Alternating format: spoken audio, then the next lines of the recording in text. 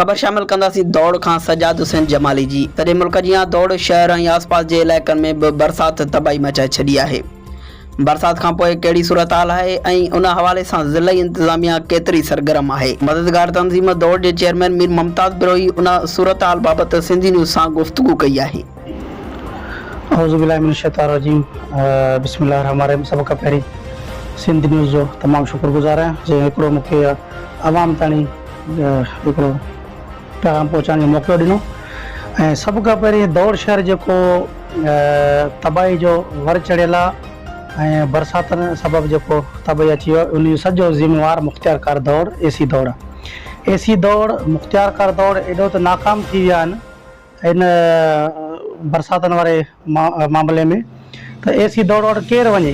ग़रीबनि सां त मिलण जे लाइ तयारु कोन्हे। कोई इन वटि को वॾो माण्हू अचे या कोई इन वटि वीगो जो गाॾी अचे पोइ इनखे वीगो वारी गाॾी ते विहारे पोइ वञी ॻोठनि में सर्वे कराए मुख़्तियारकार साहिब खे पोइ मुख़्तियारकार विहण जे लाइ तयारु आहे। ऐं जेको ग़रीब अचनि था टेंट मच्छरदानी जे लाइ उन्हनि खे मोकिले त DC वटि वञो, DC खां लिखी करे अचनि था वरी मुख़्तियारकार वटि मुख़्तियारकार चए मां विज़िट कराईंदुसि। ऐं विज़िट जे लाइ उहे माण्हू थो मोकिले जेके चवंदा असांजा चंपल बि मतिलबु असांजे बूट बि ख़राबु न थियनि, असांजे गाॾियुनि जा टायर बि ख़राबु न थियनि। पोइ रोड जे जेके कपर ते वेठा सिर्फ़ु उन्हनि खे ॾिसंदा रोड सां वञनि था। अंदरि जेके माहौल पाणी बीठो आहे, अंदरि घर किरिया पिया आहिनि ऐं जेके पाणी हेठां घर आयल आहिनि अंदरि पाणी जे अंदरि आयल आहिनि घर हुननि ॾे केरु विज़िट करण जे लाइ तयारु न आहे। जी मददगार तंज़ीम जी तरफ़ां मां पाण तव्हां ॾिसंदा हूंदव सोशल मीडिया ते हिकिड़ो मुंहिंजो पेज आहे मददगार तंज़ीम जो।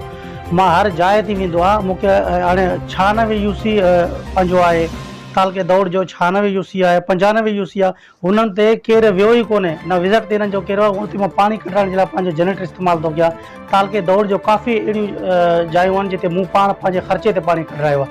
ऐं मच्छरदानी तक़रीबन मां 1500-1600 मच्छरदानी मूं विराए चुको आहियां ऐं हिननि खे केरु विज़िट करण जे लाइ तयारी कोन्हे। मां ऐं वधीक सूरत हाल बाबति शिया उलमा काउंसिल पाकिस्तान तालका दौड़ जे सदर ज़वार सफ़दर अब्बास करबलाई सिंधी न्यूज़ सां गुफ़्तगू कई आहे।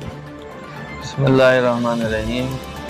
जीअं त मौजूदा जेको बारिशनि जो जेको सिलसिलो आहे मॉनसून सिस्टम जेको आहे उहो इन साल तमामु जेको आहे घणो एक्टिव रहियो आहे ऐं बरसातूं बि जाम पियूं आहिनि ऐं पूरे सिंध वांगुरु दौड़ शहर में बि दौड़ जे पसगिरदाई में बि तमामु घणियूं बरसातूं पियूं आहिनि जंहिंजी वजह जे करे जेको आहे काफ़ी नुक़सानात जेके घर टहिया आहिनि माण्हुनि जा घर टही पिया आहिनि कंहिंजा जेको आहे सो माल मता जेको आहे सो को ज़ख़्मी आहे को छा आहे उहे जेके मसइला आहिनि त आवाम खे भला तव्हां कुझु बि नथा ॾियो उन्हनि खां पुछो त सही।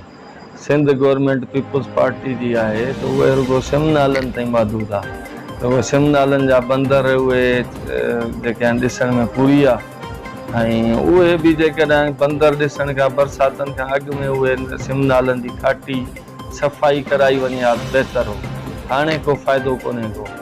हाणे बुनियादी मसइला आहिनि जेके मज़दूर जेके आहिनि उहे वीचारा वेही विया आहिनि उन्हनि जी मज़दूरनि जो मसइलो आहे उन्हनि जी ॾियाड़ी कोन्हे का उन्हनि वटि अटो घर में कोन्हे को त गवर्नमेंट को अहिड़ो को स्टेप वठे जीअं सिहत जा मसइला आहिनि मच्छर जेके आहिनि पैदा थी विया आहिनि उन्हनि खे ख़तमु कयो वञे। पीअण जो पाणी साफ़ु कोन्हे को।